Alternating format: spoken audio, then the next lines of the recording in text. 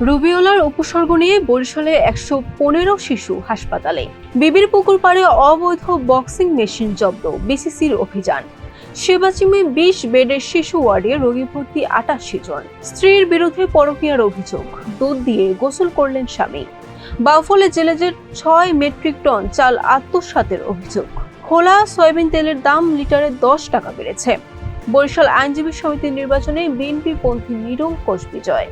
আসসালামু আলাইকুম। বরিশাল.নিউজ থেকে রাত ৯টার শীর্ষ সংবাদে আমি ফারহানা করিম তুলি। এতক্ষণ শুনলেন সংবাদ শিরোনাম, এখন বিস্তারিত।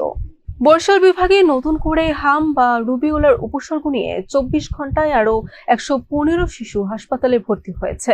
তাদের মধ্যে একজনের শরীরে রুবিওলা শনাক্ত হয়েছে। এই রোগে আক্রান্ত হয়ে বরিশাল বিভাগে বৃহস্পতিবার সন্ধ্যা পর্যন্ত ৯ শিশুর মৃত্যুর খবর রয়েছে। নগরীর বিবির পুকুর পাড় এলাকায় অবৈধভাবে স্থাপনা করা একটি বক্সিং মেশিন জব্দ করেছে Barishal city corporation. Barishal city কর্পোরেশনের মাননীয় প্রশাসক অ্যাডভোকেট বিলকিস আক্তার জাহান শিরিনের নির্দেশে বিসিসির উচ্ছেদ শাখা দ্রুত অভিযান পরিচালনা করেন। হামের প্রাদুর্ভাব বাড়ার পর থেকেই বরিশালের সেবাচিম হাসপাতালে বেড়েছে শিশু রোগীর সংখ্যা। হাসপাতালের ২০ বেডের শিশু ওয়ার্ডে এখন দম ফেলানোর জায়গা নেই। এক বেডে চিকিৎসা দেওয়া হচ্ছে ২ থেকে ৩ জন শিশুকে। এছাড়াও বেড না পেলে হাসপাতালের মেঝেতে শুয়ে চিকিৎসা নিতে হচ্ছে রোগীদের।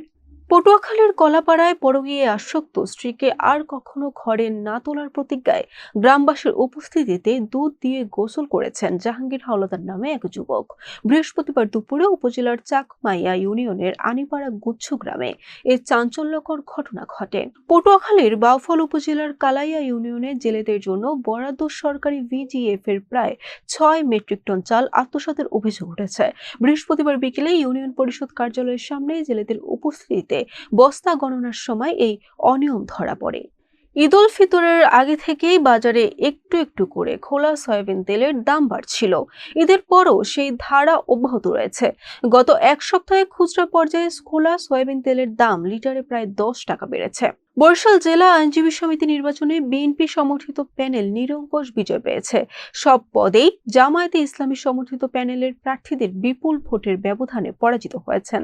ভোট গণনা শেষে শুক্রবার ভোররাতে নির্বাচনের ফলাফল ঘোষণা করা হলে বিজয়ী প্রার্থী ও তাদের সমর্থকদের মধ্যে আনন্দ উল্লাস হয়। বরিশাল.নিউজ।